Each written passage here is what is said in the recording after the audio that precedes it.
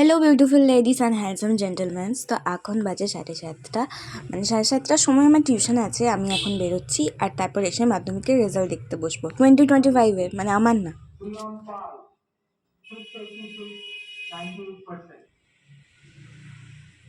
Bankura Vivekananda Shiksha Niketan high school, Tuhin Haldar 686, 98%। Birbhum Katashpur high school, Debayan Ghosh 686, 98%।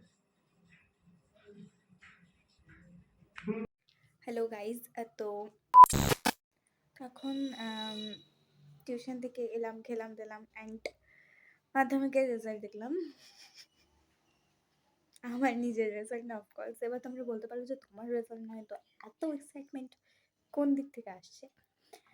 তো basically মাধ্যমিকের result বেরোনো মানে আমাদের মাধ্যমিকের ডেটশিট বেরোনো, ঠিক আছে?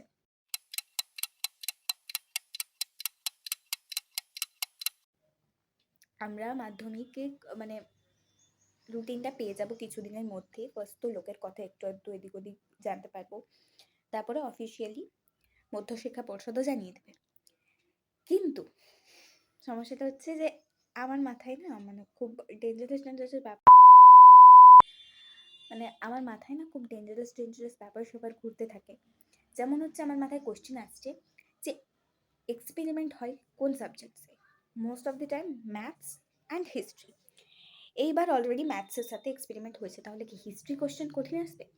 এবার হিস্ট্রি আমার পড়তে তো ভালো লাগে, কিন্তু মানে যত দেখছি আমার কাছে জিকে পাহাড়ির বই আছে।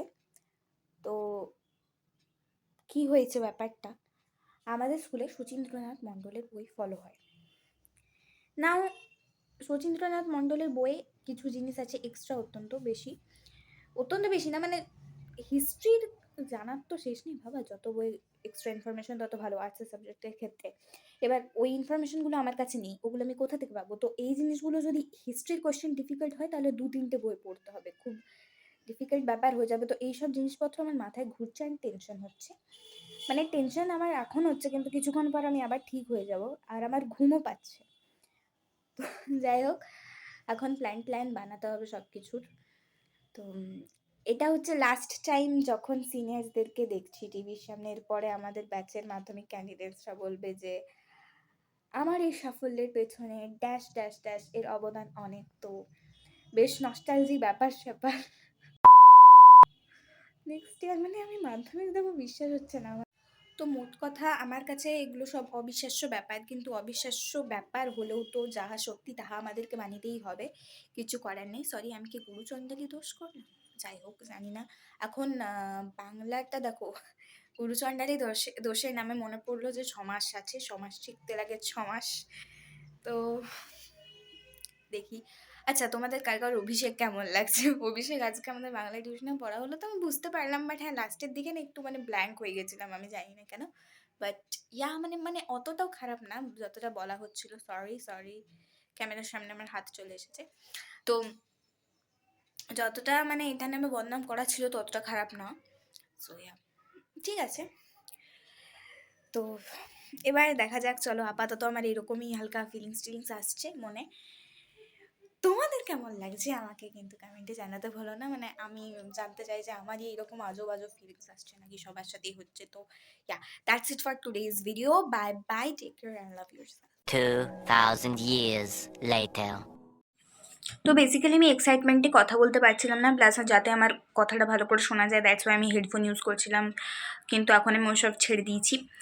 তো যেটা বলছিলাম, হ্যাঁ, তো মানে বেশ এক্সাইটমেন্ট কাজ করছে, নার্ভাসনেস কাজ করছে, আর খুব আজব লাগছে যে 1 বছরও নেই অ্যান্ড তার মাথায় আমাদের রেজাল্ট বেরিয়ে যাবে। আমাদের তো আরও জলদি বেরোবে। আমাদের নাকি শুনছি যে ইলেকশনসের জন্য 1 মাস আগে মাধ্যমিক হবে, আমরা জানুয়ারিতে মাধ্যমিক দেবো, আমাদের অক্টোবরে টেস্ট হবে।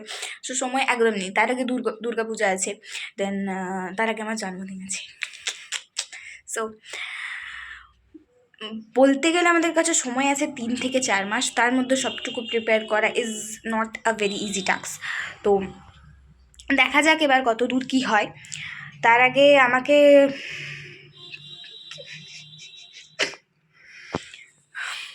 এক্সাইটমেন্ট, ভয়, নার্ভাসনেস, কি আমি জানি না কি হচ্ছে, বাট একটা কিছু একটা হচ্ছে।